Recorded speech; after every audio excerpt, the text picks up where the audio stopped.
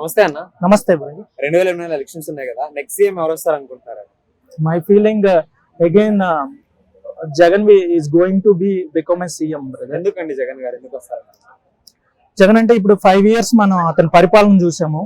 Already అతను నవరత్నాలని చాలా schemes పెట్టారు, అన్ని సక్సెస్ఫుల్ గా రన్ అవుతున్నాయి.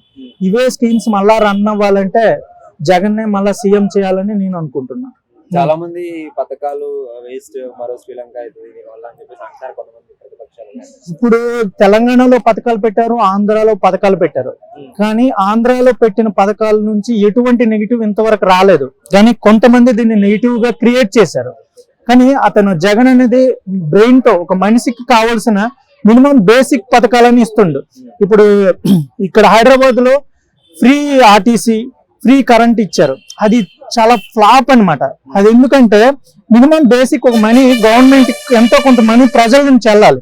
కానీ అక్కడ మన జగన్ పెట్టింది ఏంటి, ఒకటి విలేజ్ సెక్రటరీ, విలేజ్ వాలంటరీ, గ్రామ సచివాలయం. అది బేసిక్ కాన్సెప్ట్, అది ప్రతి వ్యక్తికి అవసరం. దానివల్ల ఎక్కువ డబ్బు ఏం అవ్వదు, ప్రజలకు అది బెనిఫిట్.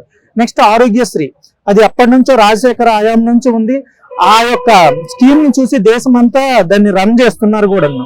కాబట్టి దానివల్ల ఎటువంటి ప్రాబ్లం కూడా లేదు పేషెంట్ కి. అక్కడ ఆరోగ్యశ్రీ 25 లక్షలకు పెంచారు కదా, అలా అనిపించింది. అది ఇంకా బ్యూటిఫుల్ సార్.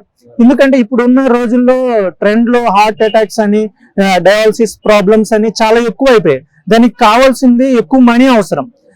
అది ఇంక్రీజ్ చేయడం వల్ల ప్రజలకు అది యూజ్ఫుల్ అవుతుందని నా ఫీలింగ్. ఇంకొకటి పథకాలు మీకు బాగా నచ్చినవి పథకాలు?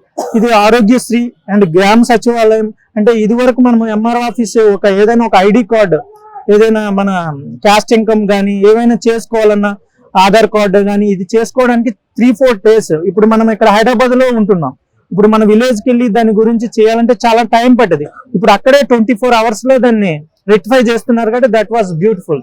స్కూల్స్ డెవలప్మెంట్ కానీ, Nadu Nedu hospital, yeah that is was very big super.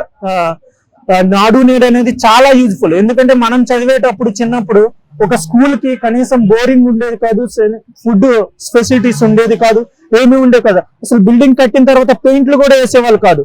Chairs నేల కూర్చొని చదివేవాళ్ళం మన రోజుల్లో. కానీ ఇప్పుడు ఆ ఫెసిలిటీ లేదు. ప్రతి స్కూల్ చాలా డెవలప్ అయింది. నెక్స్ట్ ఫ్లోరింగ్ అవ్వచ్చు, వాష్రూమ్స్ అవ్వచ్చు, next communication skills. Everybody have to know that communication skill. That is also, yeah that is super scheme.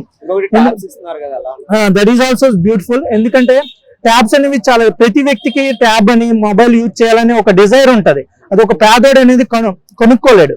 కాబట్టి అది కూడా ఒక బ్యూటిఫుల్ పథకం అని.